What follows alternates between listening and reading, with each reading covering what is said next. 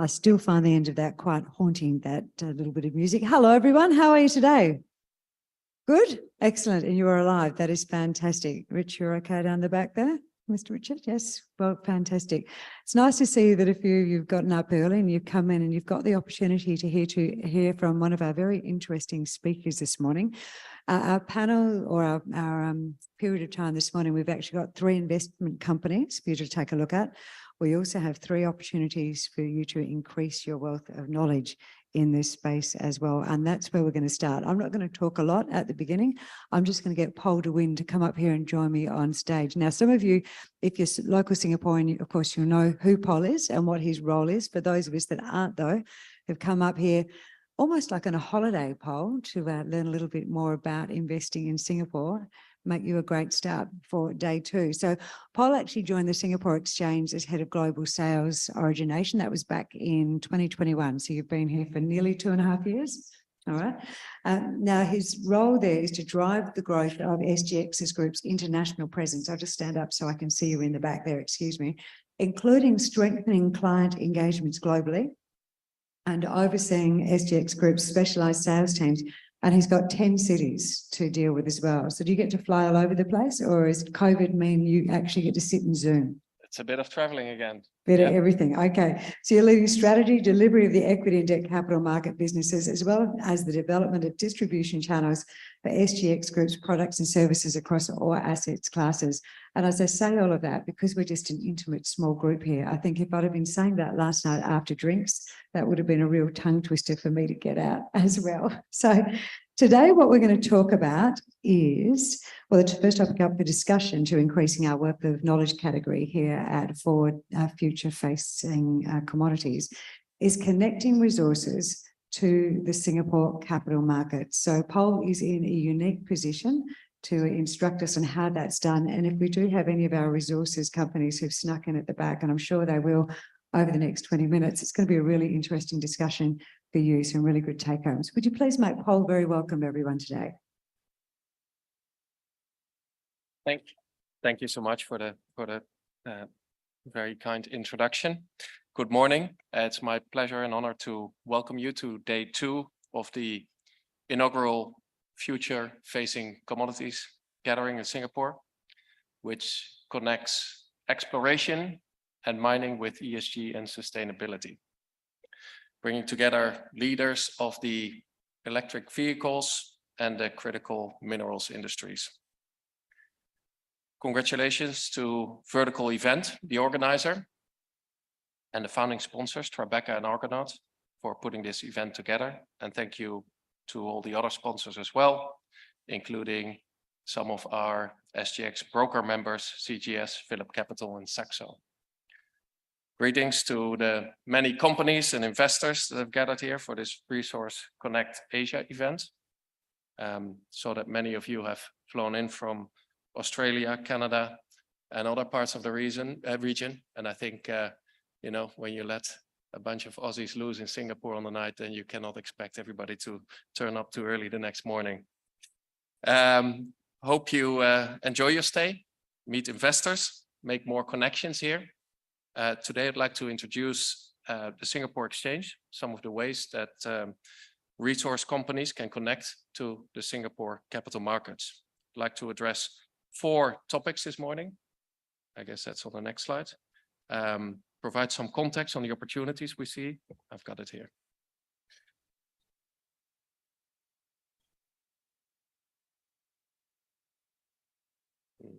Let's see. No.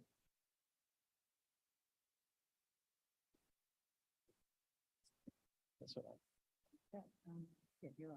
That one? Yeah. Oh, there we go. There you go. All right. Yep. 4 topics this morning. Provide some context on the opportunities that we see for Singapore and Southeast Asia. A broad introduction to SGX Group. Some background on the developments for capital markets in Singapore. And finally, some points on the outlook for the years ahead. Asia Pacific and the Southeast Asia region are becoming more prominent economically, which is attracting capital flows. Over the years, the weight of Asia Pacific in global GDP has risen from around 27% in 2000 to 37% by 2021, and continued growth is expected to increase to over 42% by 2040. This resulted in a substantial rebalancing of the global economy from west to east, driven heavily by the rapid increase, of course, of the Chinese economy, but increasingly also the rest of ASEAN. With it, we see unprecedented capital inflows. As a result of this, the region today attracts inflows of capital in Asia, which is making up 40% of global foreign direct investments. And this amounts to over $619 billion in 2021. The sources of capital extend beyond governments and corporates, as family offices take a long-term view to effectively grow and transfer wealth across generations. More than half of global family offices are now increasing asset allocations to Asia Pacific. Underpinning these developments are the changing demographics in the region. You've already seen the power of this in China in the past decade or so, but we see ASEAN countries emerge very fast, presenting sizable opportunities. Across the 10 countries in ASEAN, the disposable income is set to rise significantly, with the middle class, importantly, expected to double in the next decade. Digital penetration is also exponentially growing, with a fifth of internet users, or 100 million, being added in only the last 3 years. To capture opportunities in the region, the choice of jurisdiction matters, and Singapore offers real benefits for global business owners and investors. Singapore is very close to half of the world's population. Easy access to China, India, and ASEAN are only within 6-hour flight away. It's an ideal country to be based in to manage regional and global businesses. Companies based in Singapore enjoy protection from double taxation across 85 countries and trade promotion through 27 bilateral trade agreements. Singapore is also the only country in Asia with a AAA rating. It's ranked number 2 by the World Bank among 190 economies for ease of doing business. We operate a trusted and stable financial center with market infrastructure internationally recognized by global regulators and industry players. 46% of companies with an Asian regional headquarters have chosen Singapore as their base. And we now here have a global base of 4,800 companies from across the world with a meaningful presence in Singapore. We also have 700 family offices that are based here in Singapore, bringing in capital flows.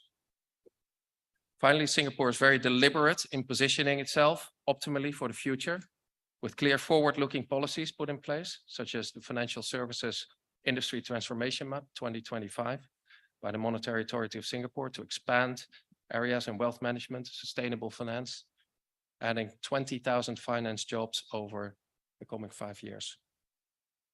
There's the Smart Nation initiatives, nationwide and whole of government efforts to digitize Singapore's policy processes in urban environment. And then there's Industrial 4.0, which is moving the industrial base up the value chain to strengthen its position as a leading industrial hub for companies worldwide. SGX is the world's 4th largest global exporter of high-tech goods, produces 5 of the world's top 10 drugs, and it's the 5th largest producer of refined oil.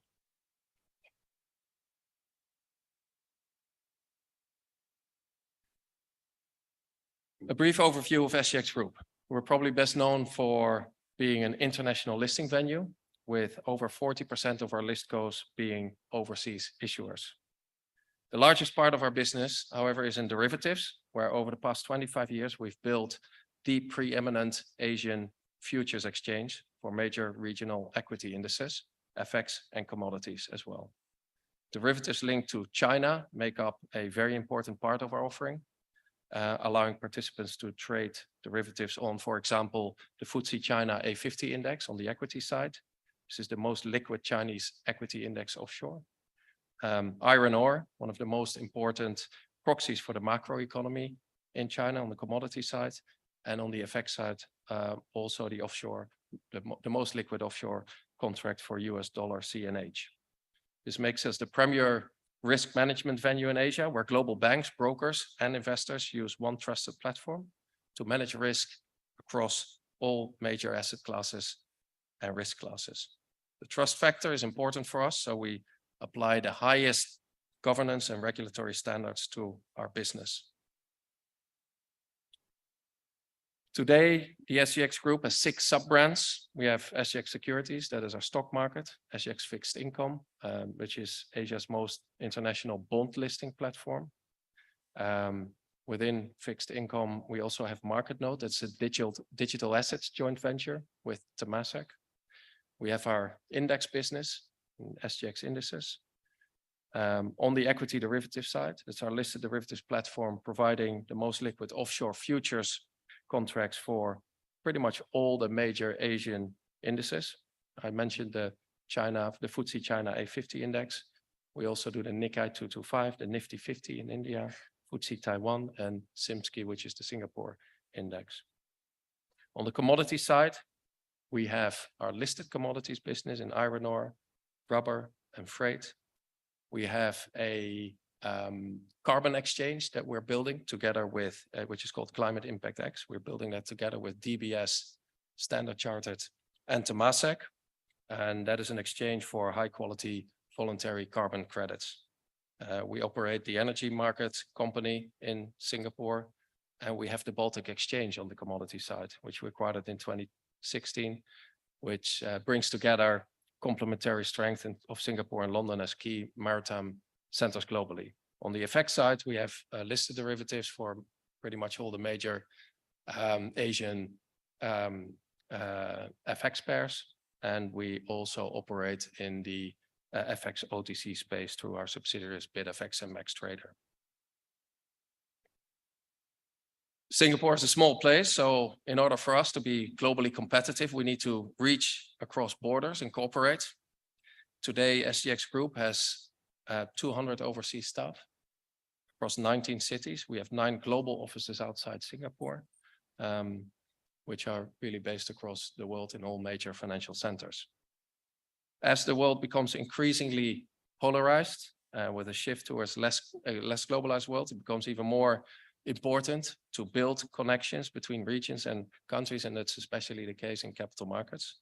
So to support the capital flows across borders, we continue to build alliances and partnerships with other exchanges and jurisdictions. On the derivative side, we partner with the National Stock Exchange of India. This was launched in July last year. SGX here brings international investors to create a bigger liquidity pool for, in particular, the Nifty derivative products. We've teamed up with the New Zealand exchange, NZX, combining NZX's market development expertise in dairy derivatives with our global distribution capabilities to accelerate the growth potential of the dairy derivatives market. On the security side, we have an MOU with the Shenzhen Stock Exchange to jointly develop and promote cross-listed ETFs between Singapore and China. With Thailand, we're working, the Stock Exchange of Thailand, we're working on a depository receipt linkage. And on the capital raising side, of course, very key for exchanges, we've listing collaborations with the New York Stock Exchange, NASDAQ, Tadawul in Saudi Arabia to reinforce east-west corridors to provide companies with seamless and wider access to global capital. A few things on our equity capital markets. This is a snapshot. We have more than 650 listed companies with a combined market cap close to $600 billion. We list a wide range of future-facing issuers as well.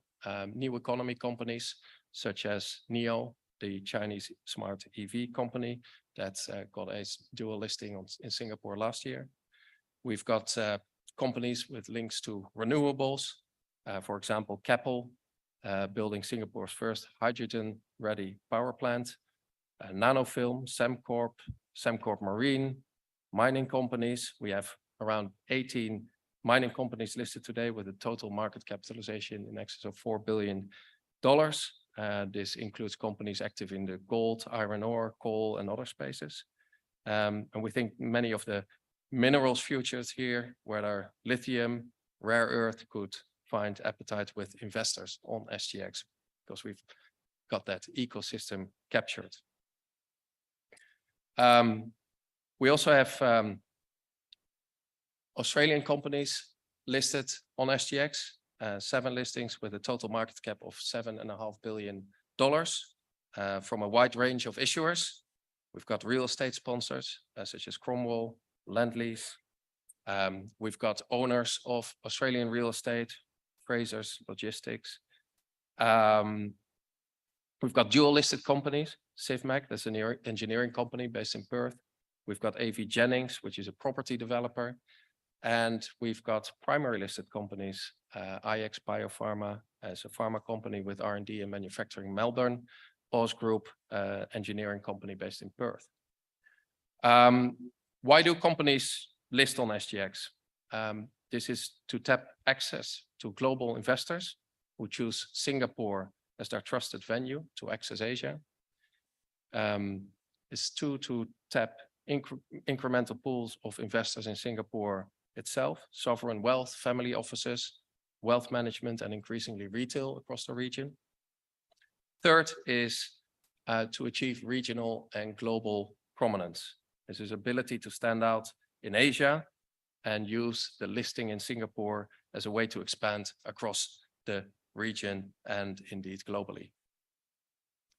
Just a few words on the secondary listing of NIO. I mentioned that earlier. This is the Chinese smart EV company, a pioneer and leading company in the premium smart electric vehicle market. I think most of you will be familiar with them. They really came to SGX for 3 reasons. One is to, as I said, gain that prominence across Southeast Asia. They look to expand their business here in the region and use Singapore as a regional base. Second is to tap the incremental pools of investor capital that we have in Singapore, in addition to the investor pools that they tap in other venues, such as New York, where their primary listing is.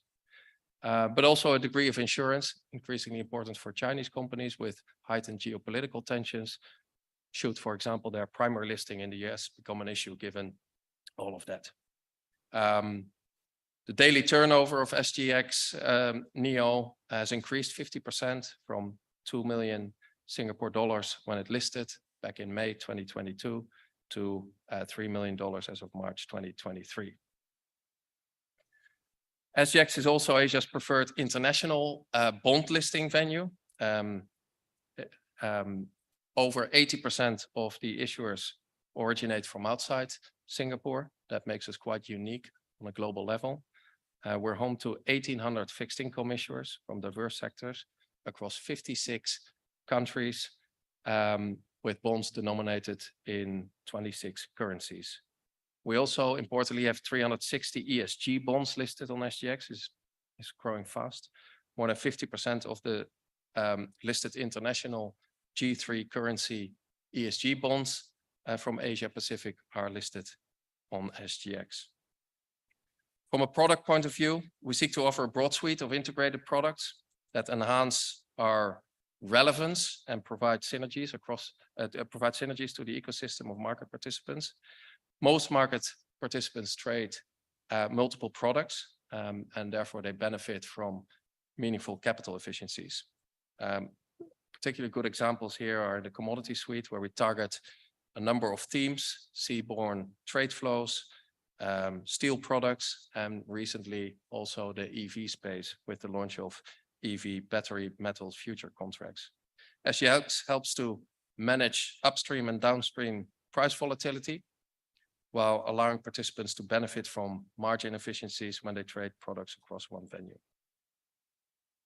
Here's a closer look at some of SGX's commodities derivatives. I'd like to highlight a few points. In supporting the world's transition to greener energy sources, we've launched equivalent greener transition supporting commodity derivative products in line with the physical market.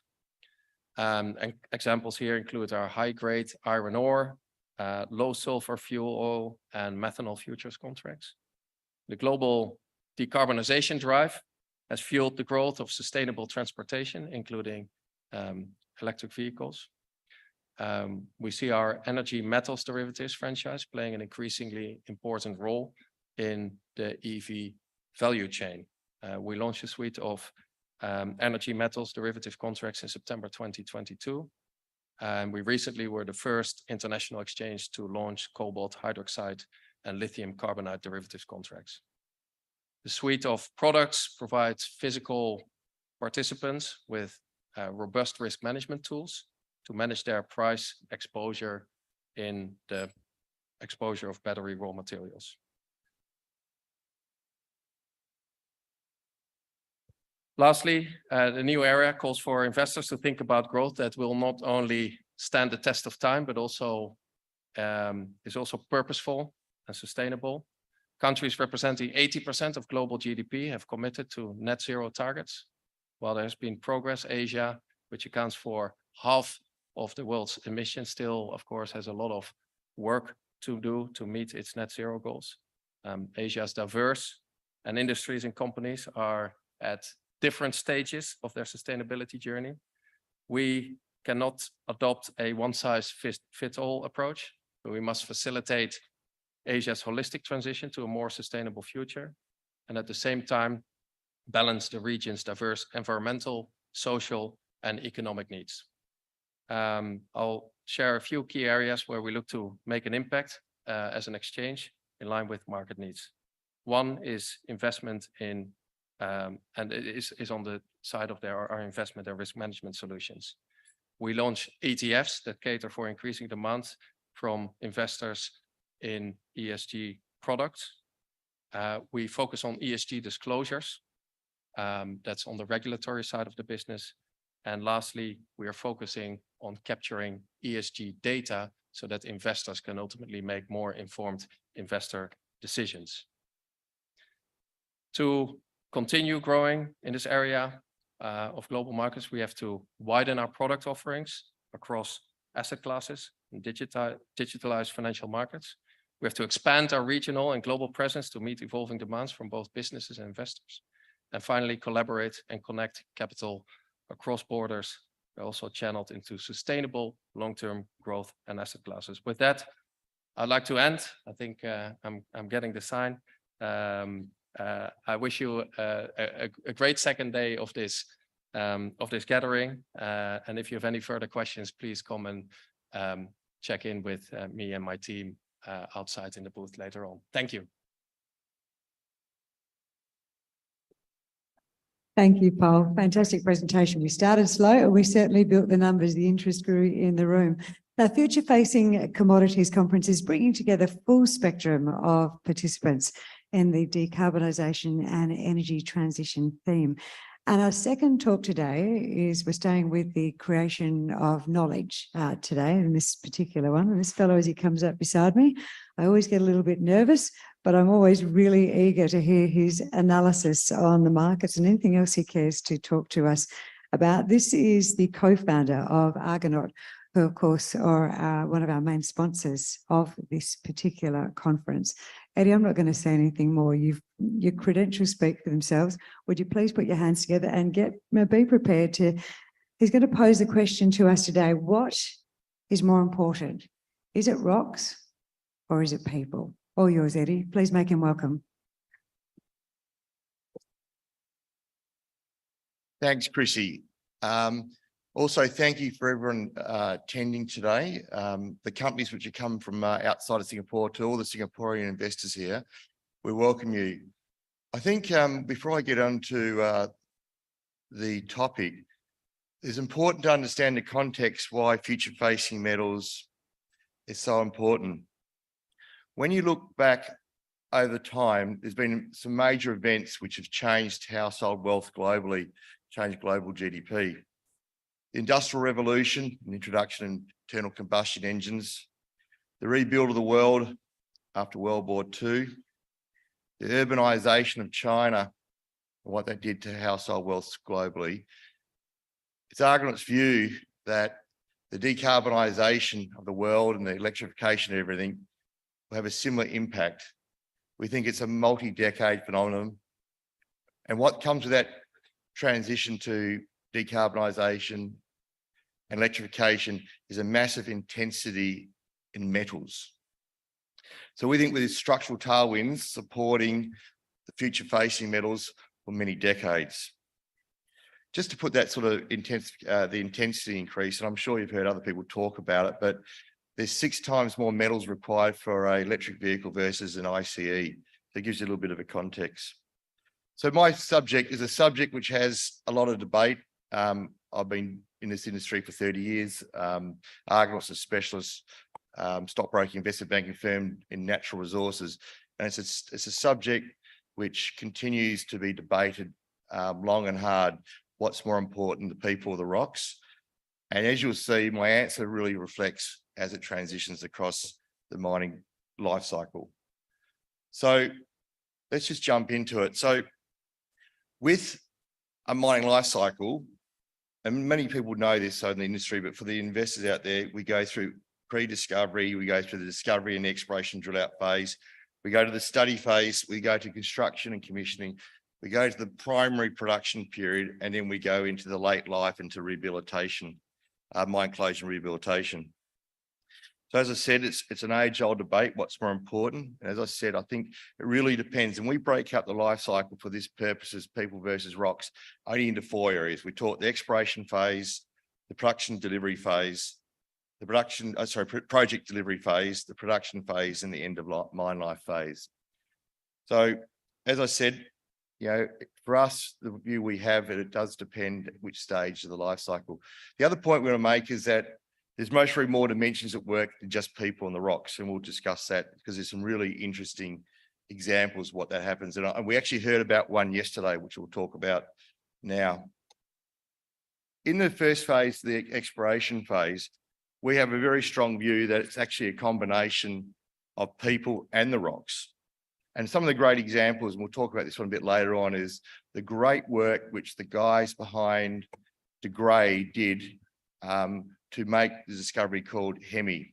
I know it's gold, but it still applies. And it was just amazing. We'll talk about it a bit later. But also from my experience, there's as much luck as sometimes good science in making these discoveries.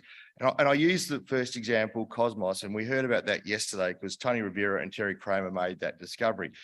There actually was good science in making the Cosmos discovery, but originally they went up there with a budget to look for gold. And they had all sorts of problems. They didn't find any gold of any significant amount up there. They also drilled through something called the Kathleen Valley pegmatite, which of course is now the core asset inside of Liontown, which has a valuation based on an offer by Albemarle of 5.5 billion. So they actually discovered that back in 1997. But at that point in time, which comes to my other dimension of timing, it was worthless. It was actually a pain because it was so hard drilling through it. So, but Cosmos, though, when they're up there, and as Tony Rivera explained to me, the people part was that Terry Kramer was a great guy for going and talking to drillers. And he went and talked to the company across the way into the next tenement block, and they were getting some interesting nickel hits. They went back, they did some good science on the element which joined the Bellevue tenements, which are then owned by another company.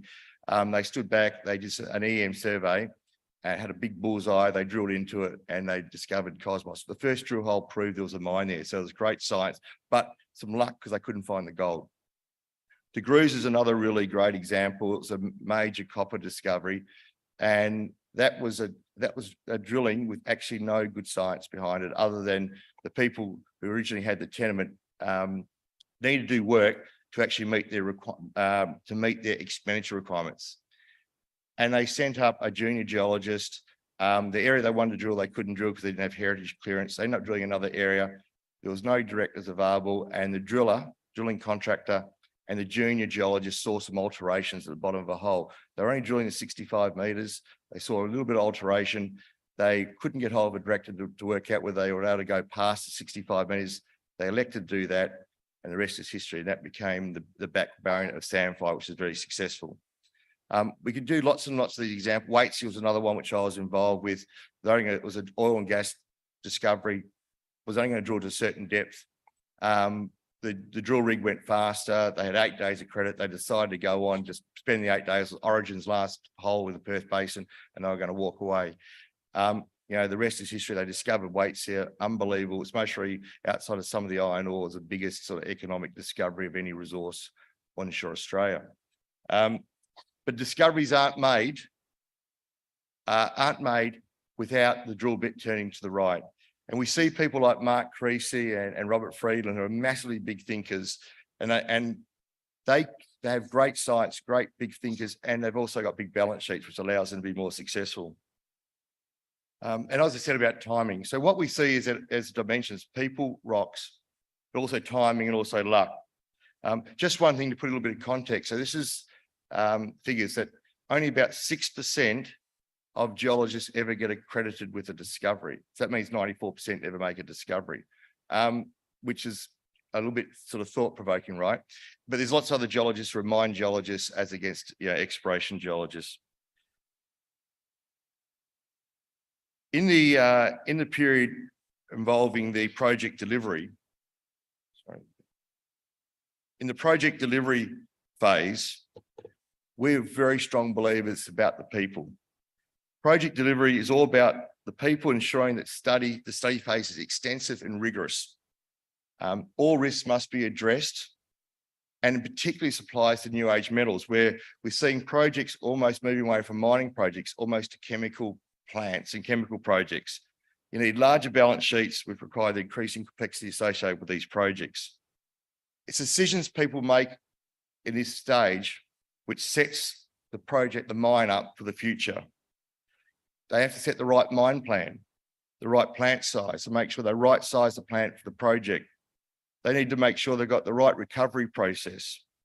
And if you get this wrong, projects can be very challenged going forward and can sometimes, miss the opportunity.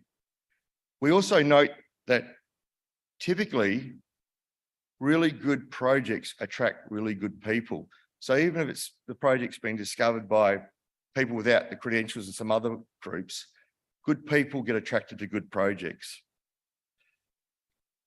This is also the section where a project transitions from how big it is to how much money you can make out of it. And that's a really interesting thing. And also you quite often see an evolution of the board and management team, where you'll see where it might have been geologically led at the start to more mining engineer and more finance involved in making the key decisions. In this period here at rocks, in the production phase, we find that it's really about the rocks. Now, I know, the people out there who are miners might disagree with me. And I originally gave this talk to the CET, the Centre for Exploration Targeting. It was full of rooms, full of PhDs and professors, and they a bit harsh, or they thought some of my views were a bit harsh. But I'm convinced that good rocks, because this is on the assumption that the project delivery phase was done correctly. So you've delivered a project based on all the knowledge, and therefore it depends on, if the rocks are great, you just make a lot of money, provide the commodity price is okay. Great rocks make some ordinary managers look pretty clever, and we've seen that over the years. But we also see some people who might have had a checkered career prior to managing a company with great rocks, make very, very good decisions. And I think it allows great rocks and a good balance sheet allows people to make good decisions. Also made a comment about timing, and timing is so critically important in the resources space. You just think Altura versus Pilbara. Altura had a project right next to Pilangora, right next to Pilbara. It went under, but if it lasted 6 more months, today that company would have market capitalization in excess of $4 billion. Or you think Elite with Bald Hill, same thing happened. It didn't survive the downturn in 2019 for the lithium market. And today that company would have a market cap between 1 and 2 billion. Instead, it doesn't exist today. In the late life project, we once again think this reverts back to the people. As the project enters its twilight, extracting the remaining economic value is really around humans and otherwise required during the prime production phase. And we know with mine closure and rehabilitation, it's becoming more important in today's world. This is all about people. So it's an interesting thing when we talk about rocks versus people. We also got this extra dimensions of timing and luck. I just want to put a bit of this against a backdrop of the life cycle in terms of share prices. And this is often people would know about this as the Lassonde curve, and it shows what happens. And I just want to point out, we got this situation here with the discovery, we have the excitement phase. But the moment we see companies, and this is studies over many years by many, far more intelligent people than me, from the scoping study to pre-production or to commercial production, we see typically share prices dip. And why do they dip? They dip because there's not much excitement happening. We don't get many pleasant surprises during this period. So how do we address that? We address that in three ways. The first one is the dual strategy of doing your study and continuing to aggressively explore. This creates market interest and hopefully makes a new discovery. And I do note, I mentioned a company called Papillon, a chairman here, Ian Middlemas. This was a company which went into a study phase on one project, continued exploring, made a discovery of a project called Fekola. Fekola was even way better. It's now one of the great mines of the world, producing over 500,000 ounces of gold. But it wasn't the subject matter of the study period initially. The other one we see is bringing in joint venture partners or bringing strategic partners, investors at the headco level. This allows expertise to come in, balance sheet, it provides credibility to the project, it mitigates project delivery risk, it typically minimizes ultimate dilution. Even if you give away a part of the project, there's actually less dilution for the shareholders, and it greatly enhances investor sentiment to a company. And the other one is if you've got a commodity tailwind, which just keeps going up, you can overcome that. But for those lifting companies, we might have had peak pricing for a period of time. But I think the point here is you bring these joint venture parties in, you can do very well. And just on that, Argonaut produces annually in November each year a publication which is an absolute purist approach, which is focused solely on rocks. And what it looks at is the best undeveloped projects listed on ASX. It goes from those companies who've got a scoping study out to those companies before they go into commercial production.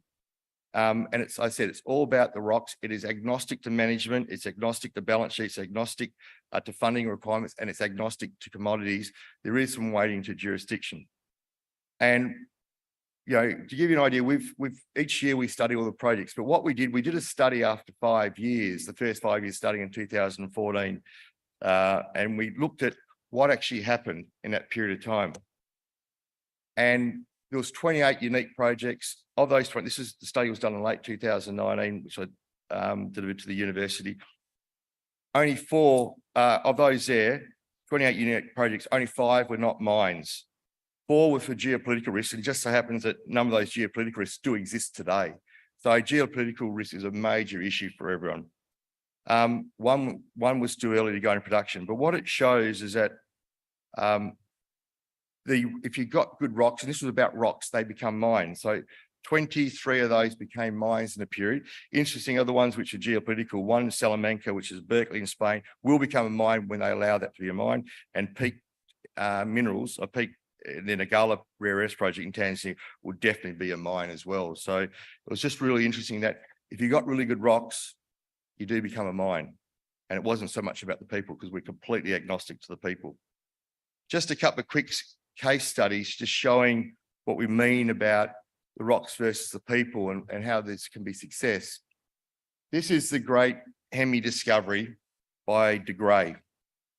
This was a work which was done. So the Yilgarn Craton, which is the main area for producing gold in West Australia, produced about 125 million ounces, whereas the Pilbara Cratons produced less than 2 million ounces, but they're of similar size, similar age, Archean rocks.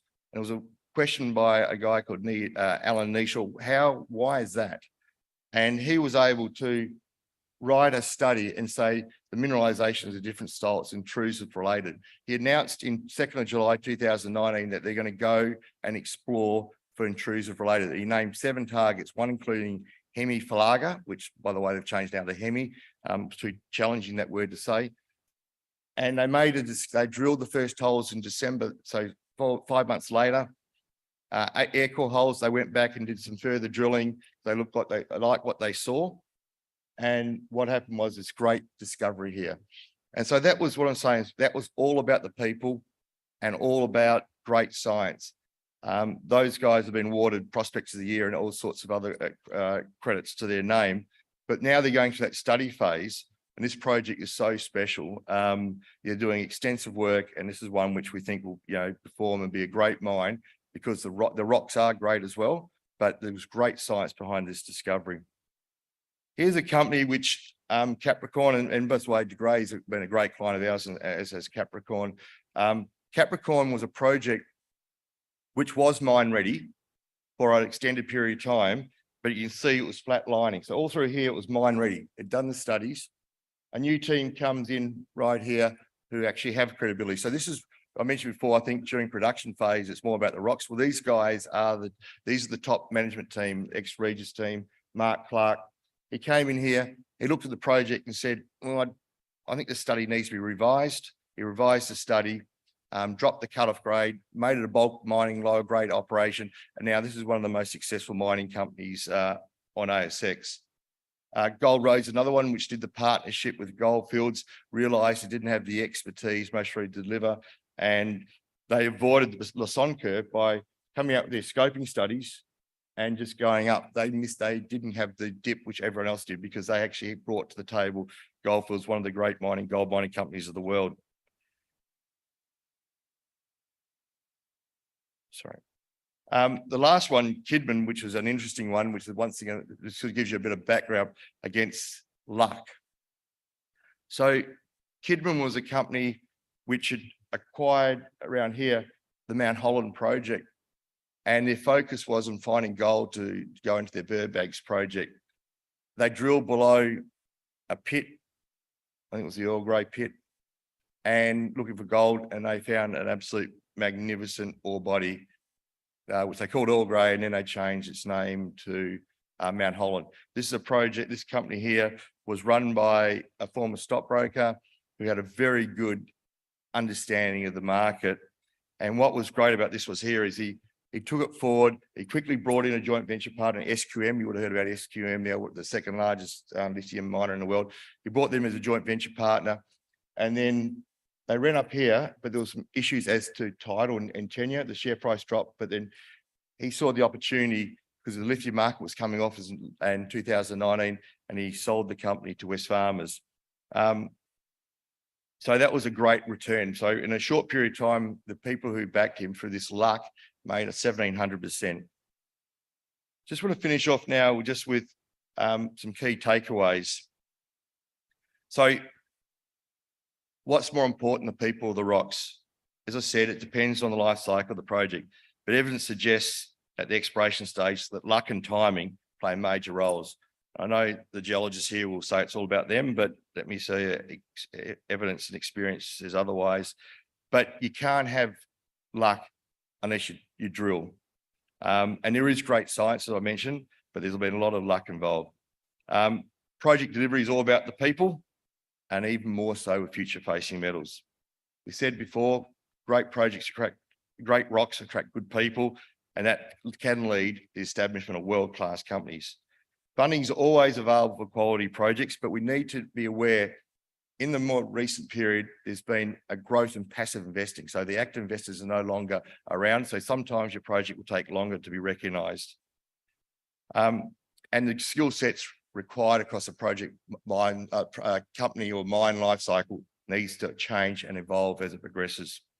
And the last thing we leave with those mining companies out there is don't gloss over technical issues. They always catch you out. So thank you, everyone. I just want to say something. I want to wish those investors out there looking to invest in the space all the best with their investments in the mining companies. Let's continue to make great discoveries, develop great projects, and help the world address decarbonisation, electrification. Thank you. Thanks, Eddie. Another great string to our bow there as you learn more about investing in this sector. If you are interested in uranium, just a heads up that our second auditorium is about to get underway, and there's a really interesting uranium project up in the north of Canada in Alberta that you might like to listen to. We're going to change now to, we've had our education, our 2 educational spots. We're now going to have a look at one of our companies, which you may like to potentially invest in. And as our speaker is making his way up to the stage, have any of you heard about the sword of Damascus or Damascus steel? You heard about it and you know what's so special about it? Scientists reckon that they've unraveled it. They've put the particular steel through the ringer, as it were, and they've discovered that it contains high levels of vanadium, which made them able to smash through the broadswords of their opponents. And this particular mine in India where the Damascus steel came from, its location was a closely guarded secret. We're not going to be quite so closely guarded with the location of this particular mine. Will you come up here? This is Vincent Algar, everyone. He's the Managing Director of Australian Vanadium Limited. We've actually got 3 vanadium projects being presented to you here at the conference. One was yesterday, QEM over in Queensland. We are now going to Western Australia. So Australian Vanadium Limited are developing the Australian Vanadium Project. Vincent here has driven the company's vertically integrated strategy from mine all the way through to batteries. And he's built a world-class team, which is, we've just heard from Eddie, is a very important ingredient in the recipe. Would you please make him very welcome? Good morning, everyone. Thank you for the time today. And it was really great by Eddie to give that context. I think I felt very comfortable that everything Eddie said we've been doing over the last 5 or 6 years as we move this company forward, and in particular the transition to a producing company. So I'm going to head straight into this. The company is called Australian Vanadium, which stands exactly as it says. It's an Australian vanadium company. We are developing an advanced stage vanadium project focused on producing around 4% of current global vanadium production. A little bit of why vanadium, and I think I think I'm either first or second up on the vanadium side today, but I'm just going to let people know why is vanadium important to us. Vanadium is a steel alloy. It's 90% of its production is used in the steel production of rebar in China in particular. That's the primary market for vanadium. The increased use of high strength, low alloy steel in this particular market really makes a change to the carbon usage of steel itself. And I think so it has a very strong decarbonization lever that is in play right now. It's not business as usual, but the more vanadium you use, the less cement you use in your building. So it has to be considered as a very valid point. It is the primary use of vanadium steel in the market at the moment. It is also a very important quality of life metal. It's used particularly in things that all of us use every day, aerospace turbines. It's used in chemical catalysts for acid production, and in a way that we probably don't all realize how important it is. The other thing about vanadium, it is coming from over 75% of the world's production of vanadium currently comes from 3 countries, China, Russia, and South Africa. And that's an important aspect when looking at where new production should come from, in particular in the context of the ideal location of developing assets inside Australia. One of the decarbonisation opportunities within vanadium is actually the use of vanadium in long duration energy storage, an area where vanadium is starting to play a very important role, particularly actually in China again, as they are the largest producer of vanadium, in developing long duration storage. And I mean long duration, large scale, scalable energy storage using a technology known as the vanadium redox flow battery, an Australian invention that has traveled around the world through multiple product developers, including companies like Sumitomo in Japan, where multi-megawatt projects have been developed. And we're talking 4 to 6 to 12 hours here of storage at base load. Now, this is a shift in energy storage mentality, one that the world is starting to rapidly take up. In this year alone, we expect vanadium energy storage using VRFB to be over 10% of world production of the consumption of available vanadium. And an innovative area, really important, since decarbonisation is a really key part of, and decarbonisation of the world's vehicle fleet is a key part of our activities, particularly at this conference with respect to lithium and other commodities.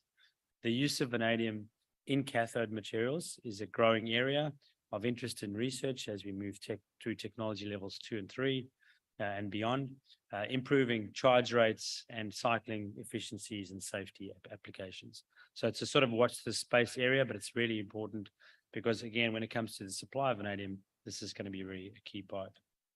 The company itself has been around for 11 years on the Australian Stock Exchange. Market capitalization currently of about $160 million. I've been with the company for around 8 years, and we've seen that grow and kept the project funded over that time to ensure that we could develop our project from an exploration stage, as Eddie said, and growing the team and the application through to our next phase of development.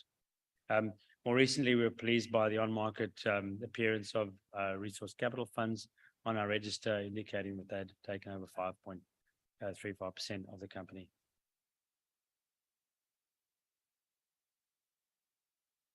Just a quick look at where we are, and I'll talk a little bit about the market. So just so everyone has some context. Map of Australia on the left-hand side of your image, central region in the Murchison. We have a port at Geraldton, and the mine is located inland.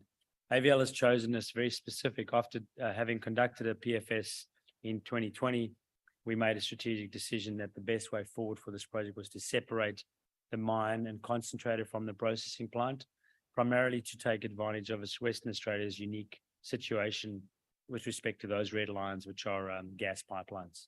The project is gas intensive when it comes to roasting and recovering the vanadium. So we wanted to make maximum advantage of that at minimum cost. So the processing plant will be located at near a place called Mullawad, outside Geraldton, giving us a whole raft of opportunities. And I'll cover this a little bit later, but in terms of giving you a context of where we are, important that you know the rest of this is really centered around that conversation. In terms of vanadium, we have to always do your own research on pricing. There are some very good price estimates out there, and more so those independent pricing and demand estimates are coming from bodies that are understanding that the vanadium market will be stressed, and there will be a strong demand for vanadium, especially high quality vanadium that can reach the energy storage market. And the thing we love about the vanadium battery, but a flow battery market, is that it is a good consumer, circular economy consumer of vanadium. The battery material goes in there and stays there and can be recovered later. So where does AVL sit in terms of its planned production profile? Around 4% of global production as it stands today in 2022, 23. And that red line is a red bar that you see on there is a very conservative based estimate on a modest uptake of vanadium in the energy storage space. And you can see that while the blue bar moves slowly upwards, that's increasing use and recognition of vanadium in steel across the world, with vanadium batteries starting to shift both price and demand structures, and that'll have an impact on where the supply comes from. At the moment, it's worth saying that there's only 3 primary vanadium mines in the world. Almost all of the material coming on this cost curve comes out of one deposit type, titanium vanadium magnetite, which is effectively an iron ore, a special type of magmatic iron ore that hosts vanadium and titanium in its makeup. Western Australia is very well endowed with these deposits, with over 1 billion tonnes in our region alone in Western Australia. This is really important when you consider where the next primary production will come from. And also those production units around the world, on the bottom of this cost curve, all 3 primary producers, 1 in Brazil, 2 in South Africa, are on the bottom of that cost curve. And as a company, we've razor focused on our operating cost as being, all through our study work, as being the primary objective for what we're doing. So just a little bit of why AVL is important. We have a track record of being able to raise money, being able to garner government grants and actually fund and build a company in terms of active and detailed work. As Eddie said, the ability to work with top players like Wood in our DFS and throughout our PFS work has really been essential to delivering high quality work for scrutiny later, because it's good science and good test work that takes you to the next phase. Ultimately, what Eddie said earlier about the rocks is absolutely critical. Understanding them, understanding your processing is key. And then following that, having the right team in place to deliver on the project. Scalable, the project is scalable. We have a hub configuration, which gives us a unique selling point with access to over 1 billion tonnes over time of additional resources in the region to put to that processing hub. Obviously, the jurisdiction, we'll leave it unsaid that, as Eddie said in the previous slide, and other speakers have indicated, great place to be. Having completed the BFS, actually just 1 year ago, exactly today, I was speaking in Perth when we delivered the BFS, and having won a competitive $49 million government grant, which will allow us to kickstart the project as we get closer to development. We are positioned both as an early mover in the vanadium supply chain, but also in the battery market through our subsidiary Vincent Energy. We focused intensively on the board over the last 2 years. One side acquired Daniel Harris, a 45-year veteran of the vanadium business, into our team.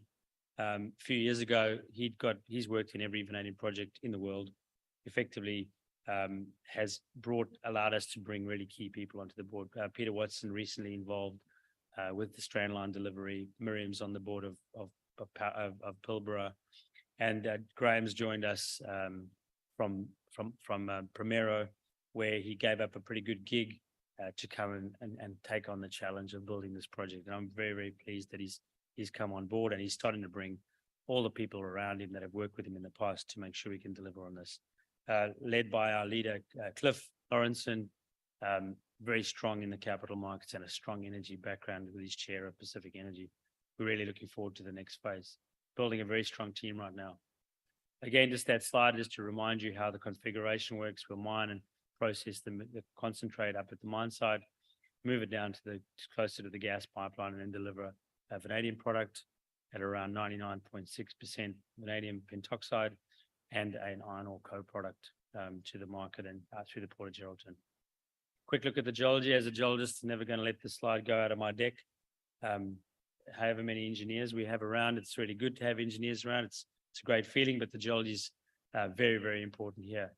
We have a contiguous stretch on a granted mining lease with a central processing plant to mine that purple layer, really key part of the story. It runs over 1%. In fact, the resource grade is 1.1%, giving us a very, very solid base and geometallurgically very well understood.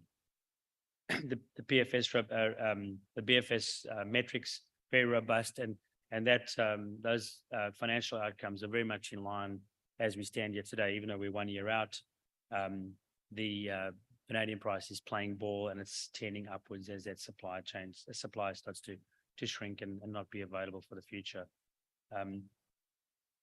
The OPEX and CAPEX are what they're going to be. We're really making sure we can finalize those through our work with engineering. I mentioned the regional opportunity. The hub does get there, and please come and see us at our booth if I miss out on anything in this deck. ESG for us is about action, renewable action, community action, and strongly improving our governance, which you can see from our board work. Integrating pit to battery. The vanadium battery offers huge opportunities for future consumption of vanadium. So we really want to make sure we're in that. We've created an energy subsidiary called Vincent Energy, which is active in generating opportunities here in Australia for the use of vanadium batteries, contracting those with key partners, and we'll be able to deliver into that through an vanadium electrolyte strategy. We have an agreement with US Vanadium, an electrolyte producer and high purity manufacturer in Arkansas. That company has allowed us to get a unique and exclusive arrangement to rebuild those plants here in Australia, which we're doing in Perth, and we'll be building that over the coming months of this year.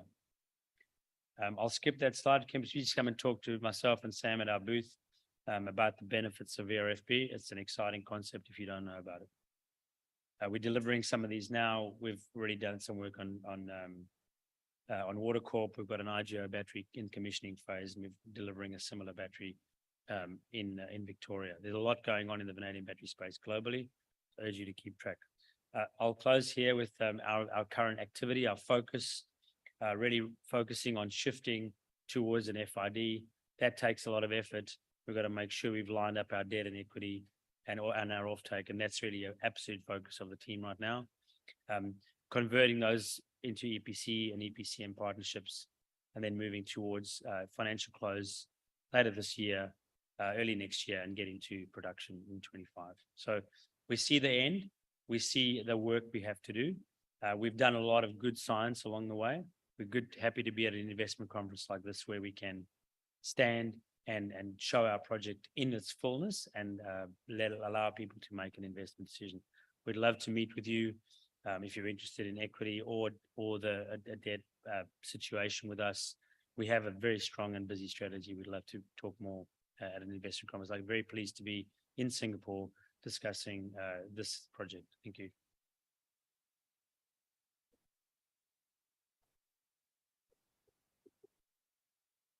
Thank you very much, Vincent. And just a reminder, the reason I don't jump in and say thank you straight away is I don't want to cut off that filming that's being done for us with the ASX. So I'm not trying to be rude.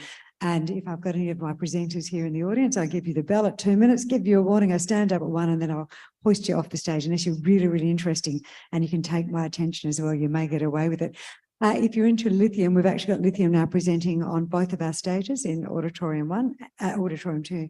Here in Auditorium 1, we're actually going to talk about the only publicly listed battery metals company with advanced lithium projects in Southeast Asia, and it's strategically located in Thailand, which is the largest vehicle producer in the region. And the floor walker, the happy man behind me, I'd like to introduce you all to, is the founder, and he's a leader. He's a seasoned expert in the business. This is Paul Locke. He's the founder of Pan Asia Metals. You've certainly got location, all stitched up. Would you please make him welcome? He's going to outline the story and the opportunity that is presented to us by Pan Asia Metals. Thank you. Thank you. Good morning, everyone. So Paul Locke from Pan Asia Metals. I'm the managing director. Good to be here. So 3 key points to start with. One, and someone just stole my thunder, but we're the only company with advanced lithium projects in Southeast Asia, which have JORC resources. So it's a fantastic position to be in.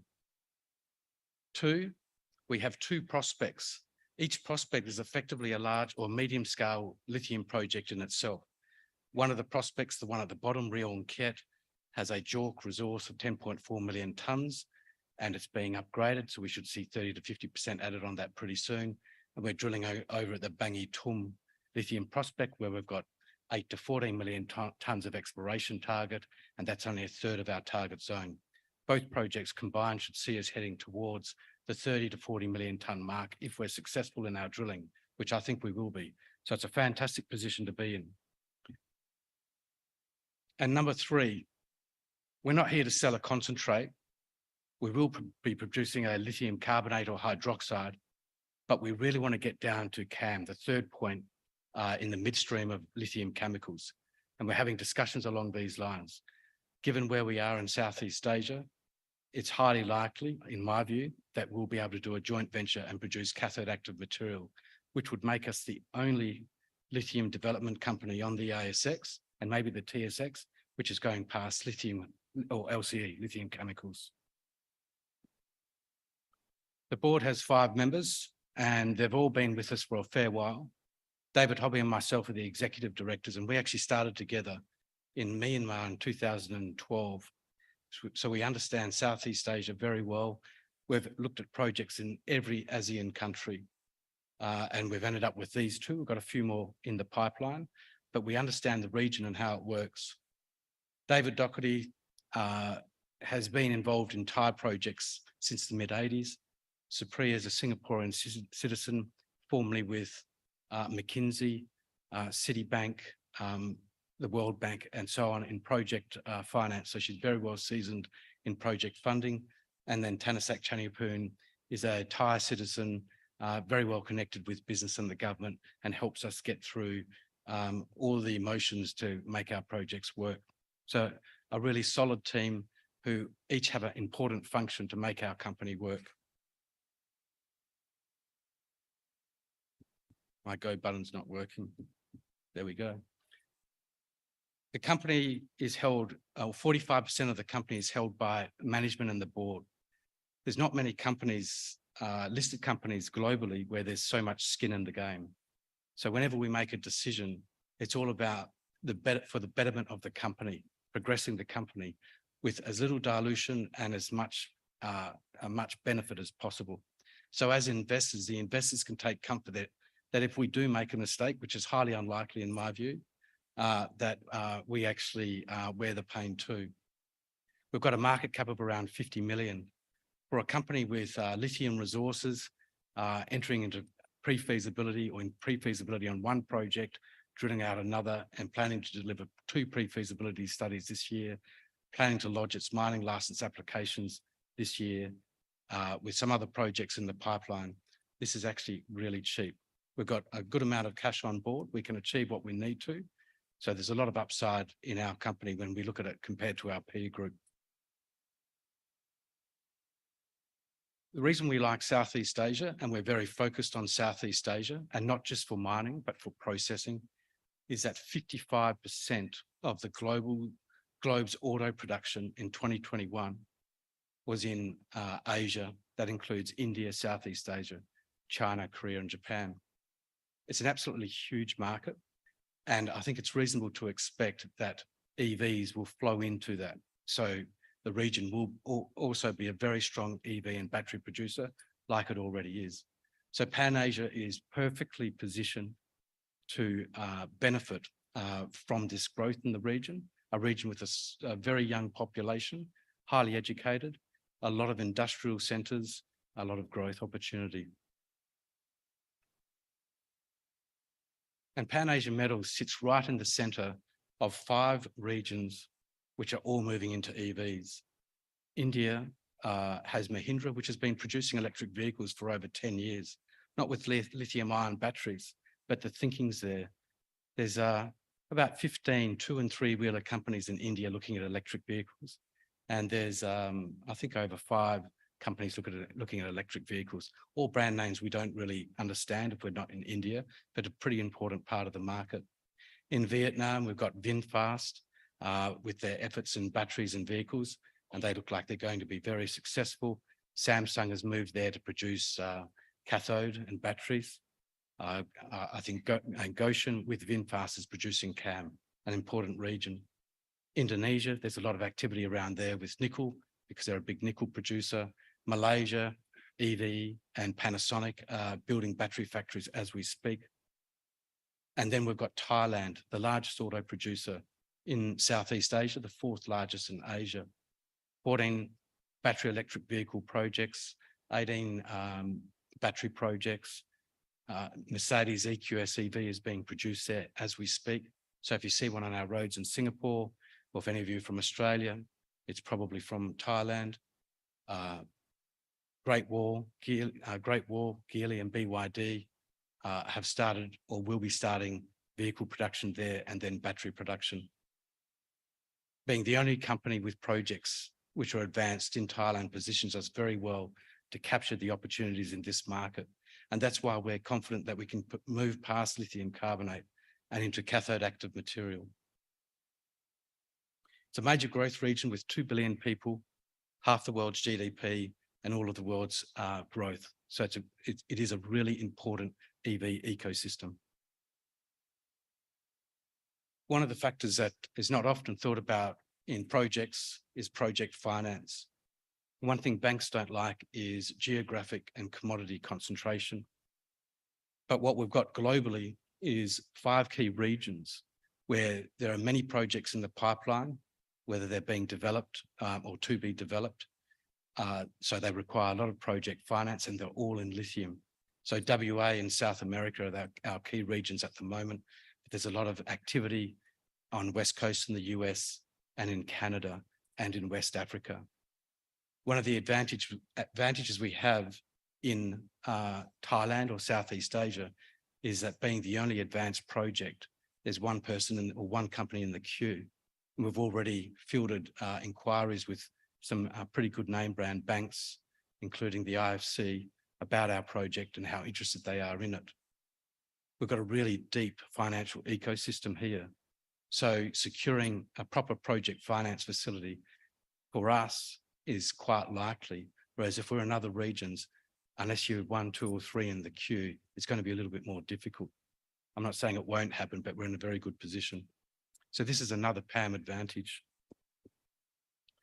Where we're located is about 30 to 40 minutes out of Phuket. So a lot of people want to come and visit us, but I don't think it's a CR project. We've got 2 projects there, the Rionket, which I mentioned at the start of the presentation with 2 prospects, Rionket and Bangi Tum, And then to the north, the Katatong application area, which comprises 4 project areas. We want to develop Rio Kit, get that into mining license application phase. And then by then we expect Katatong to be granted, and we can move our drilling rigs and people up to there and start working there. So we expect to be lodging MLAs this year, and I expect we'll be working on Katatong early next year. What's great about where we are is that if we're producing a concentrate down there in Phang Nga, where we are, it's a short truck across the peninsula to Surat Thani, which is a medium-sized port with a lot of barge activity, and we just barge the product up into the EEC. And that's where we expect to be processing and producing lithium carbonate and then cathode active material. If we produce lithium carbonate at our project area where we are, then all it takes is a bit of rail freight up to the EEC, which would be much cheaper. But it all depends on where our inputs and output or inputs are coming from, acid, limestone, and so on. The advantages of Thailand is that it's an advanced industrial economy, the largest auto producer. But most interestingly for us is the Thai government's implementing a mining policy to encourage mining in critical metals to secure their supply chain. Being the only advanced project in the country, we're getting a lot of attention, which is really good. Thailand, I mentioned, is the 4th largest exporter of vehicles in ASEAN or Southeast Asia, the largest in ASEAN and the 4th largest in Asia. Most of those vehicles go into the Asia Pacific. So on Australian roads, most of the vehicles are from Thailand. If they're Japanese or Korean vehicles, they're from Thailand. And then they're exporting to Japan, North America, and China, but only in small amounts. This is the supply chain and where we want to be positioned. So we want to move past mining to a concentrate to produce a lithium carbonate. That's what all our work is focusing on. And we're in discussions to produce cathode active material to supply battery production in Thailand. If we have surplus material, there's plenty of demand in the region. We've got electric vehicle production in Thailand already. And then the next big opportunity is recycling. And depending on the recycling methodology, they can feed straight back into cathode active material manufacturing. So there's a really beautiful little ecosystem emerging in Thailand and in Southeast Asia, which will have all of these functions. The cost curve is the most important thing to consider when you're looking at projects. So whenever we look at a project, we're always looking at location, proximity to ports, infrastructure, power, and so on, and where we think it will sit on the cost curve. We have a lepidolite style project. In 2021, 18% of the lithium produced globally from hard rock was produced from lepidolite in China. This cost curve is courtesy of Wood Mackenzie. So they're a credible source of costing exercises. And it has the Chinese lepidolite projects in the bottom tercile. Being a low-cost country, Thailand also has the opportunity, or we think we have the opportunity to be placed similarly on the cost curve.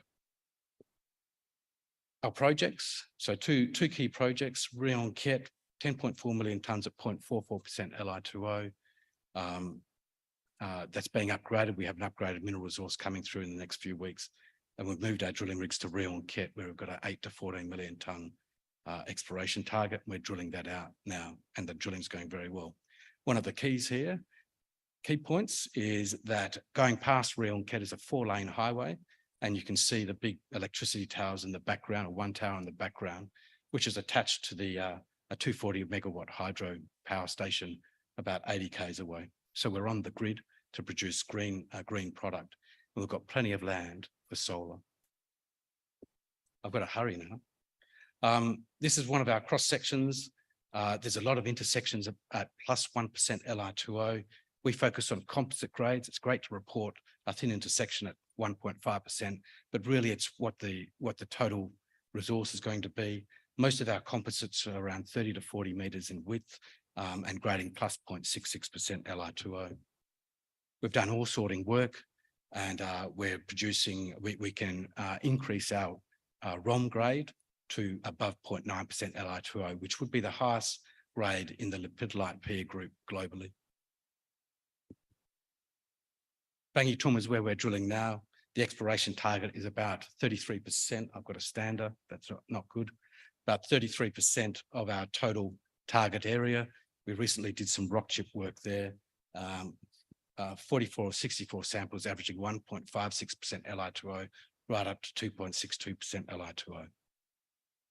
Katatong is our application block coming up. Of course, we're very community minded, not looking. We've got a lot of community projects happening at the moment. So our view is if our community thrives, we thrive. So just the key takeaways: low cost environment, proximity to market, largest auto producer in Southeast Asia. We're in a low cost environment. We expect to be at the bottom of the cost curve. Thank you.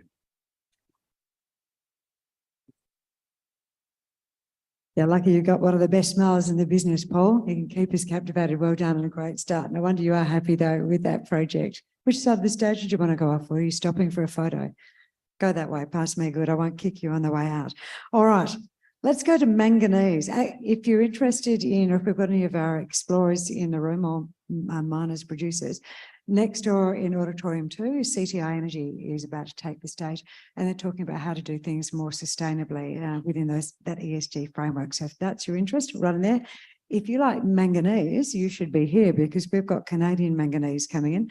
Now, Canadian manganese controls and is developing North America's largest manganese district. It's located adjacent to the US border in New Brunswick, Canada. Haven't been there. Has anyone been to New Brunswick in Canada? That's because you're Canadian. That doesn't count. No, the rest of us haven't. Okay. It's fine. We can talk to you about it later on, and we can talk to the president and CEO of Canadian Manganese, Matthew Allas. Where are you? Are you hiding behind me somewhere? You're up the back. Hello, you're in the dark. Come on up here. So would you put your hands together, everyone, and welcome CEO Matthew Allas, president of Canadian Manganese. Thank you very much. Thank you for having me. So I'd love to tell you about Canadian Manganese. We are developing a district, what we feel is a district in New Brunswick, Canada. We'll go through our cautionary statements. We have a special company that's built on the assets that have been around for 50 to 60 years. They've been studied for the steel sector, which at a time, didn't fit the market. And, we're lucky enough to be in a time and place where the battery sector is evolving. North America's battery manufacturing sector is evolving. And we have an asset that sits on the border that's well developed. So, we're built on some key principles: the asset itself, the fundamentals, the size, the grade, the location, the established history of mining in New Brunswick, the team and the stakeholders that we have are kind of first class in the region. We understand the dynamics of doing business in the region, the dynamics of getting the approvals and getting a mine into production. And then the value catalysts. We have just put out an updated resource. We are working towards a bankable feasibility at our mine site at Plymouth. And we're in discussions on partnerships with potential processors of this material.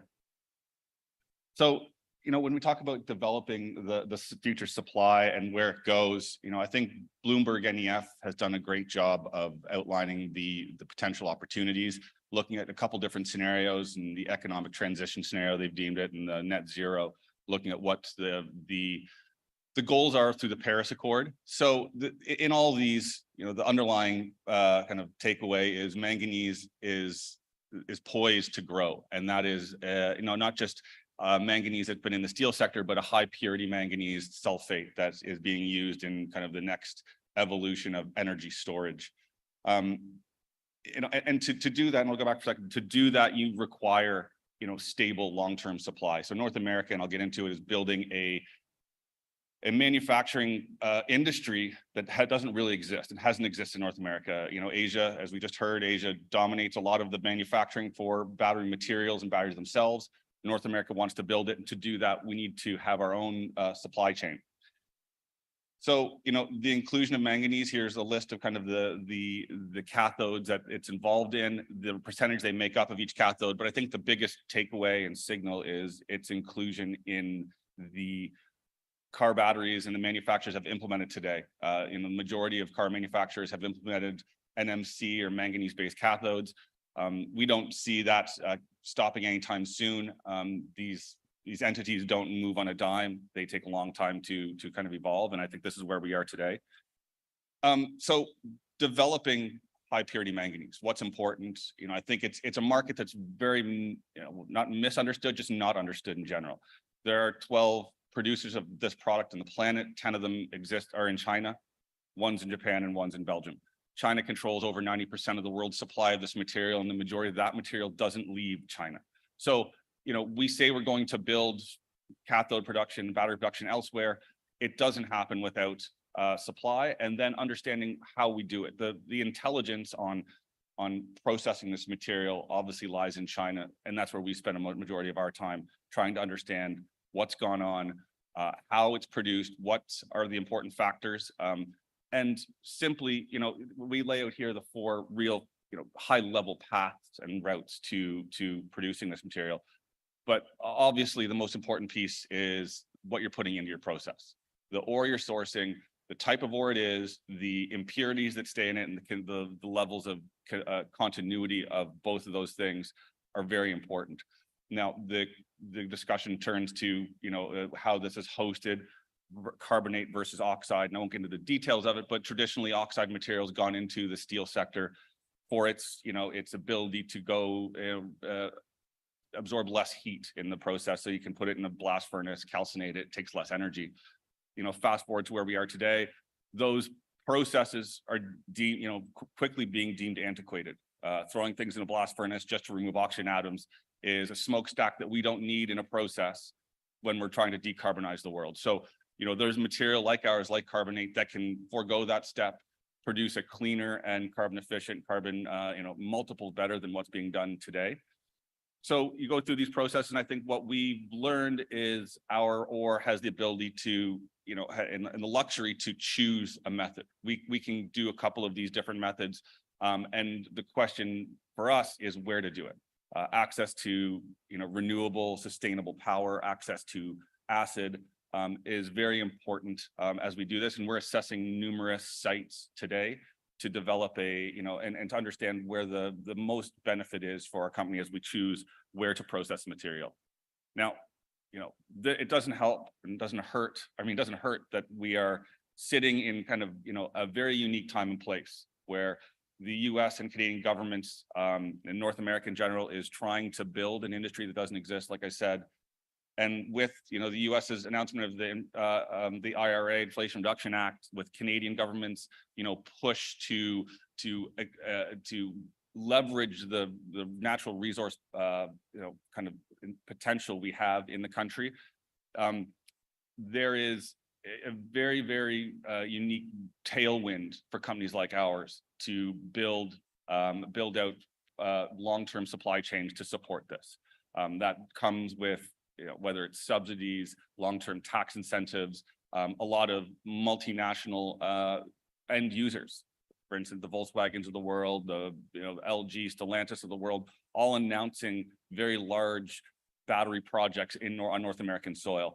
All these projects will require a long-term security of supply, and that's where we see a massive opportunity. Again, the results are there from just a very short period of time. The US has announced, and North America in general has announced a multitude of plants and capacity growing as we get to 2030. And a lot of that they've announced includes manganese in those cathodes in those plants. So we see a very big supply opportunity, demand that hasn't existed, that is now being created into this next decade. And I think the forecast is to grow even more. So again, this is something that isn't built and hasn't been built into the last supply and demand fundamentals over the last 4 or 5 years, as this is just coming in, over the last 18 months. Another big piece of the US's plan is the mandated procurement, where this is procured from, and being supply from North American local and locally deemed product. There is a scramble right now from the producers and the people procuring this to make sure that they meet these, so they don't miss out on the subsidies and the benefits that come along with it. So again, there's a lot of levels of support, obviously to drive the growth in the industry, drive a support and make sure that it's underpinned and solid footing. But companies like ours are the beneficiaries of this. So, transitioning to the future, going back to the net zero and Paris Accord, the economic transition scenario, manganese is, according to Bloomberg NEF, manganese is at the top of the pile here when it comes to growth. We see this as a big opportunity, and this is because of that fundamental kind of jurisdictional dominance seen by China and processing of high purity manganese sulfate. So, we intend to kind of be the underpinning for the Western world supply of this. We have, and I'll get into, a very large resource and a growing district. So the Woodstock project. Let's see if a laser up here. So this is our initial deposit, Plymouth. This is one's been studied for, there was a PEA done about 2014, looking at it for the steel sector, metallurgical work done to create an EMM product. These Hartford deposits, all this was identified about 50 years ago, looking at steel, looking at iron and manganese. At the time, 50 years ago, Plymouth was estimated to be about 50 million tons at 8%. Same, or 8 to 10%. Hartford was, the North and South Hartford each were estimated to be the same levels. I think what we'll show you what Plymouth is right now and what we've defined to be, but more importantly, as we move southeast towards, this is the border of Maine right here. This here, right here is I-95, goes right in, and Halton, Maine is about, it's about a 14-minute drive from mine site to Halton, Maine, where there's rail access to the US that goes south and goes west. So infrastructure-wise, we're sitting in a fantastic jurisdiction. You've got to this area, to go east is St. John, New Brunswick, deep water port, a big kind of oil and gas distribution center for Canada. And as you go up to the north, you've got Bathurst, which is the Bathurst camp, is a big old mining camp that's, you've got Glencore there, has a big lead smelter, and you have water access all the way down to Detroit and the automotive highway. So couldn't ask for a better position. And we've got these exploration potential here, which we will be exploring this summer to define. Land package, we kind of talked a little bit about that. The deposit itself, this starts at, Plymouth as average starts about 9 meters from surface. The zones are 80 to 150 meters in width. This is less, and we characterize it less of a mining operation. This is more of like a mineral sands moving. This is a processing business. As long as you have a deposit like ours, where, and I'll show you, when we plan on and are looking, we're assessing right now the potential mine plans, looking at setting up a pit. There's potential for this to be the strip ratio to be 0. So we're just moving ore around based on the size of our deposit. So this is our updated resource, M&I, and just to give you characterization, in the previous was an inferred resource of 43 million tons at about 10%.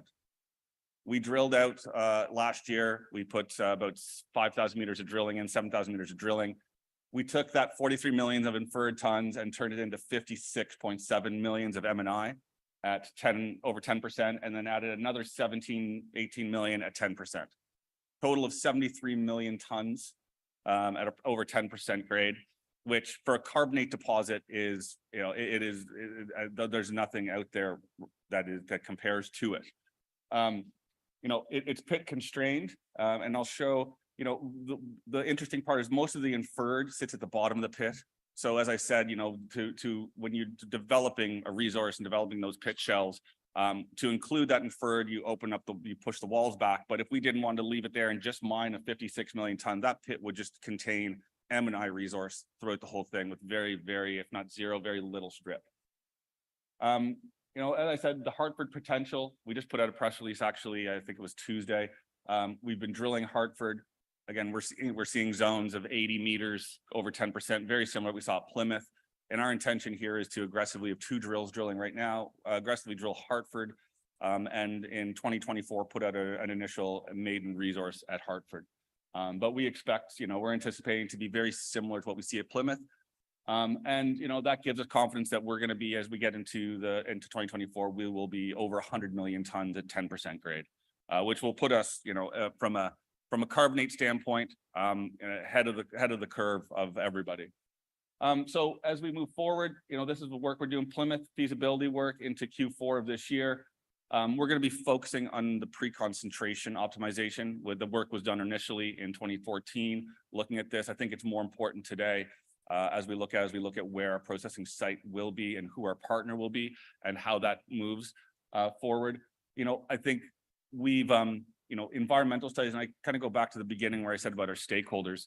We have the former premier of the province on staff working with us, helping us understand who's a member of the community, who's a ranch, you know, owns a ranch in the community, a fisherman, helping us understand the dynamics. So we've been working with the New Brunswick government for the past 18 months, working on all aspects of what we're doing, from drilling to our proposed plans. And one of the big initiatives has been our environmental work, and we've already finished a year of baseline studies. We're going to complete another year with the intention of our application to be submitted this year. So we feel like we're very, very far advanced in that process. You know, the processing site and partnerships, this is ongoing. This is a very key part, and I expect that to be run in parallel with our optimization feasibility work at the mine site. But the processing work, you know, it's again, like I said, it's not a matter of how you process it or if you can process it. It's really where. We have a good understanding of that, and I think our ore provides and it lends itself to being high quality when it comes to cost. And then additional exploration activities. You know, I think as we move to 2024, a new resource at Hartford, additional work, it's going to be demonstrated that we have a global district of, you know, high quality carbonate hosted manganese, which it's not easily found, especially in the Western world. And, you know, we see carbonate deposits of 6 and 7% being attempted to be developed, right? And, you know, even looking at traditionally oxide deposits that would be comparable would be plus 30%. So, you know, I think we're in a very, very good position. And so, you know, I think that's where we move. Now, you know, as a public company, we have our capital structure, I think, is very strong. We have about, you know, management owns about 10%, management and board. We have a major shareholder who I worked closely with, owns 20% of the company. You know, in the strategic associates and family and friends, you know, this represents 52% of the stock and represents about 8 people. So, you know, it is a very tightly held shareholder base, very well supported. You know, we've been focused on this and making sure that, you know, as we move and when the value catalysts come, that we have a good control of where our stock is and who's going to support it. You know, we've got an experienced team. You know, our chairman, John Kearney's been in the mining business for a long time, a lawyer by trade, as many public companies. Like I said, myself, I've spent time in the resource business for the last 15 to 20 years. Richard Pinkton and David Allward, who's a key member of the team, is a former premier of New Brunswick, you know, helping us really develop that relationship that's going to get this and move this forward. So, you know, as we move forward, I think the key things to note, you know, is the size and quality of our deposit. You know, where we exist today in North America, nowhere in time has there been a better place to have a battery metals project or a project to develop into a new industry. And then, you know, in general, our relationships and our focus on the community and partnerships. I think we're positioned very well to be successful, and look forward to 23 and 24. Excellent. Thank you.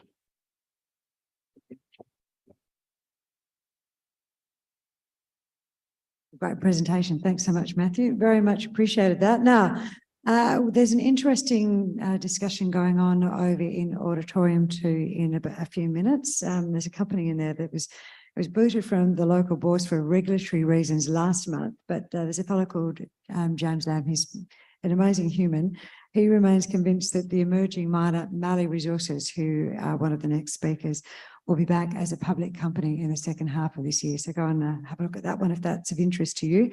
Here in Auditorium 1, we are rounding out this break before we head to morning tea with some more or another opportunity to learn about what we're investing in and where the opportunities are for us. I'd like to invite Ellie Wang up. Ellie is a senior analyst for CRU. Where are you hiding, Ellie? Up the front. Fantastic. All right, so Ellie's topic is for us today, critical minerals, where to now. Would you please make her very welcome? Wait, she's retreating. She's retracing her steps. While she does that, I'll tell you a little bit about her. So she joined CRU in 2019. She works as a senior analyst covering Chinese and Indonesian nickel industry based in the Shanghai office. She's got 13 years of experience in nickel, ferroalloy and the copper industry. And before she joined CRU, she worked as the Asia-based metal editor at Fast Markets, where you also worked on nickel, on manganese ore. So you would have been very interested in our last presentation, correct? Yeah. And also ferrochrome and copper from 2014 all the way through to 2019. Let's start that again. A warm round of applause, please. Thank you. Thank you. Hi, ladies and gentlemen. I am Ellie Wang, based in CRU Shanghai office. I'm looking after nickel market in China and Indonesia. It is my honor here to share our CRU's price forecast for 2023 with all of you. My presentation will start from current price and review 2022 forecast 2023 nickel demand from stainless steel sector and battery sector. Then look at the supply from China and Indonesia in the 2 years and give a forecast for 2023 nickel price in the end.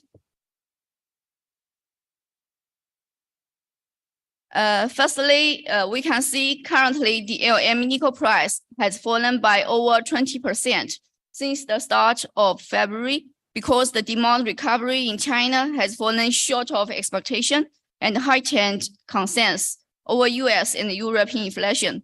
The bank crisis is also winning on sentiment. From the right chart, we have converted Chinese nickel sulfate and Chinese NPI price into donor and pattern nickel bases. Compare the two prices with LME cash price. You can see from LME nickel price dropping down, with the nickel prices dropping down, nickel sulfate price now is almost parity with the LME cash price. Well, in 2022, nickel sulfate price was in big discount based on LME cash price.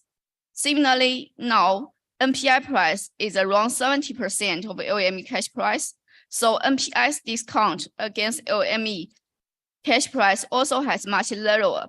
The chart shows LME nickel price now has gradually back to reflect fundamentals since the first quarter of 2022. And from this chart, let us check Chinese stainless steel demand. From left chart, we can see NPI price has almost same trend as stainless steel cash price and SHFE, which means stainless steel producers have the absolute bargaining power on NPI price. Due to big surplus of so-called class 2 nickel or NPI and Fe, Chinese NPI price dropped very rapidly. In the coming months, we possibly to see more Indonesian NPI ship back to China due to a major stainless steel producer disrupted majority of its output in the first quarter of 2023 in Indonesia. Hence, NPI price currently in China has not bottomed out. From the right chart, we are forecasting a 5% year-on-year growth for Chinese stainless steel output in 2023 to 34.4 million tons, of which we are forecasting 300 series stainless steel to have a 7.6% year-on-year growth in China in 2023. That is following a 2% decline in China in 2022. However, given the very weak stainless steel demand, we're likely to slightly lower the Chinese stainless steel growth in 2023 in the next outlook. Market now is expecting in the second half of 2023, Chinese stainless steel demand could pick up. As for Indonesia, there was around 300,000 tons of output decline for stainless steel in the first quarter. We're assuming in the second quarter, the disrupted capacity could resume gradually. Majority of Indonesia stainless steel's destination remains China. Given the resurgent demand in Europe and US, we see in 2023, China remaining the main driver of stainless steel production growth. Currently, we are giving a 6.8% of year-on-year growth on global stainless steel, while giving remaining bearish sentiment globally in stainless steel market currently, we possibly to lower the growth slightly in coming outlook. After stainless steel, we can see the battery demand from this slide. Not only the demand in stainless steel currently is gloomy, demand for nickel sulfate or nickel containing precursor also have lower-term better. Chinese nickel sulfate output grew by 40% year-on-year to 388,000 in 2022, for sufficing the strong growth from Chinese EV sector. Where since November, demand for nickel sulfate became slow. Until April, we remain seeing very thin trading volume for small nickel sulfate cargoes in China. In January and February, we can see from the left chart, output has declined to 30 to 32,000 tons level. Meanwhile, Chinese nickel contained precursor output in the right chart also is much lower than fourth quarter of 2022. So weak demand has pushed battery raw material prices, including nickel sulfate price down. After looking the main demand picture, we can observe the supply side now. So for 2023, global supply is forecast to rise by 11% to 3.5 million tons nickel metal. Growth in ex-NPI production will see the main driver behind the increase.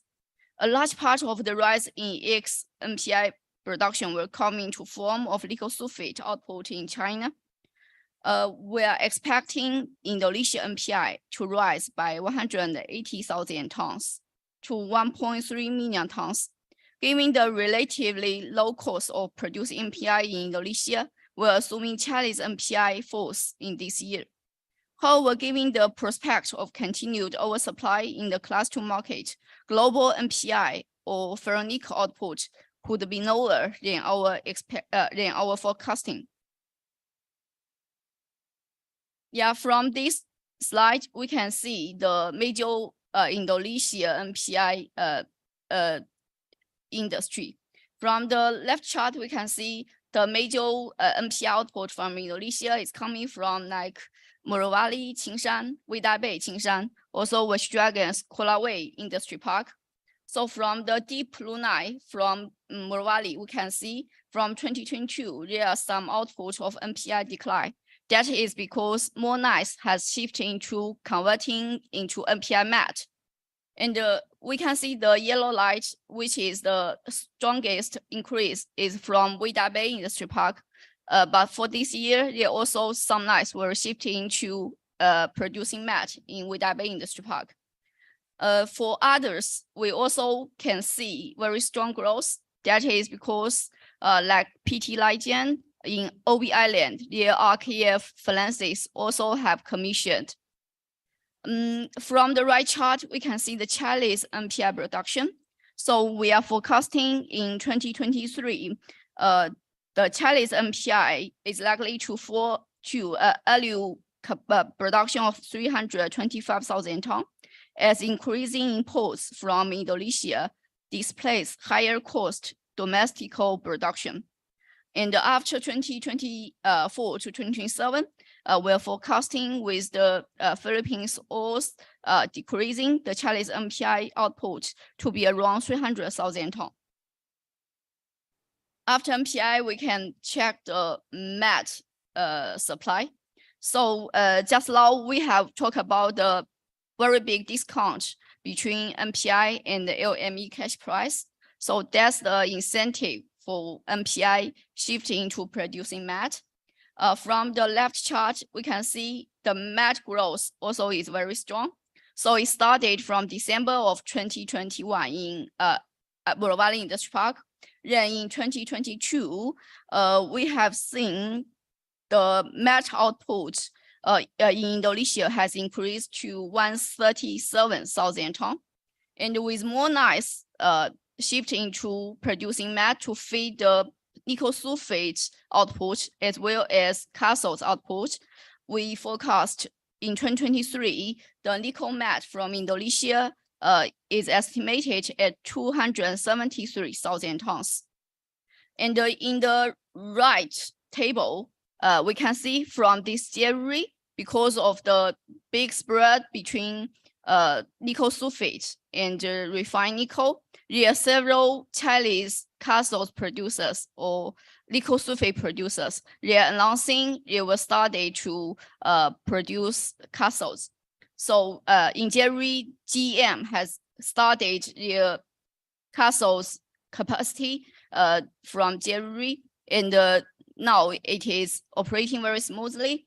And the Dingxing, which is a cooperating project in Borough Valley Industry Park, cooperated by Qingshan and CNGR Zhongwei with 50,000 tons of capacity. The market is expecting it will commission in the second half of 2023. So GM, Qingshan CNGR, Huayou, they have all announced the capacity for producing nickel cathodes. So it is very, so we have seen in the first quarter, the Chinese domestic cathodes output has increased marginally. With the Indonesia cathode output also coming to stream, it is possible that China will import further less refined nickel from outside of China.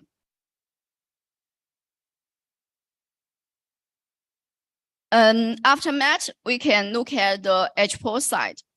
H4 also have a very rapid growth in from 2021 to 2023. So currently there are 4 H4 projects commissioned in Indonesia. All of them are China based. So they are PT Naijian, PT Huayue, and PT QMB. The fourth will be PT Huafei, which will commission in the second half of this year. So Naijian and Huayue both are very successful, have operated, exceeded their capacity. And PT QMB has started ship their first shipment from November back to China. And the QMB has posted guidance of 25,000 tons of alloy nickel metal for 2023. So we will see with Huafei commissioning in 2023, the H4 output in Indonesia is possibly to reach 151,000 tons. And the right chart is the Indonesia MHP export on a nickel equivalent basis. We can see the MHP not only export to China, but also South Korea producer also take some of them. And another news I want to share is recently Naijian also have commissioned their nickel sulfate capacity of 57,000 ton nickel metal in OB Island, which is matching their 3 nights of MHP producing. Because in this year, the consensus is nickel sulfate will be in big surplus. So although the capacity has commissioned, but not sure the production will be high.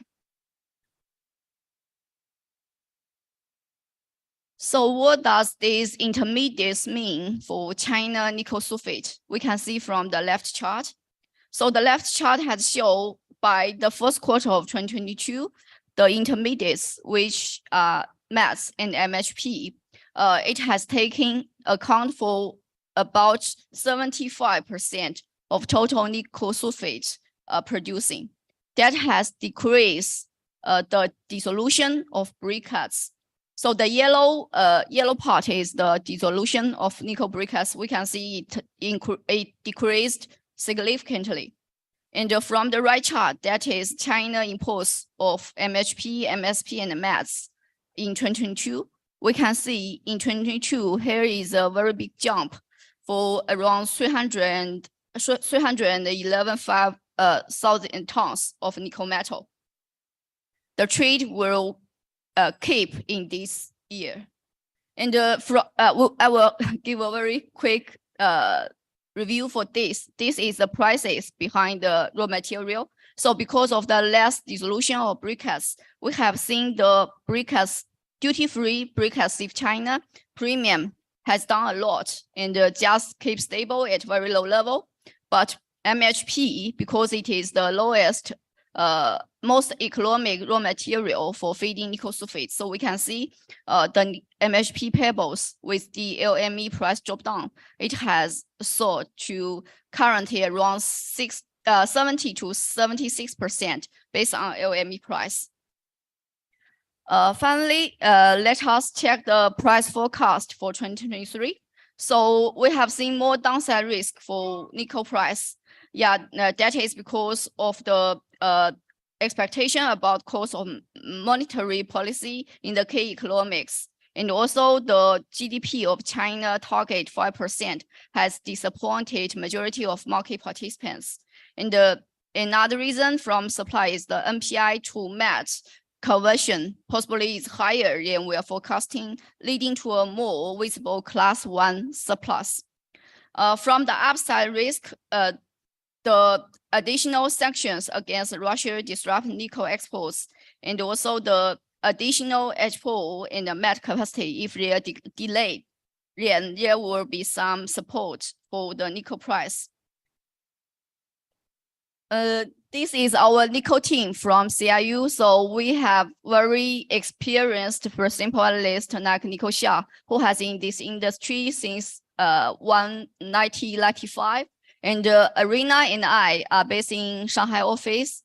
We both look into the battery side. So can reach out to me. Well, we both are in the conference site.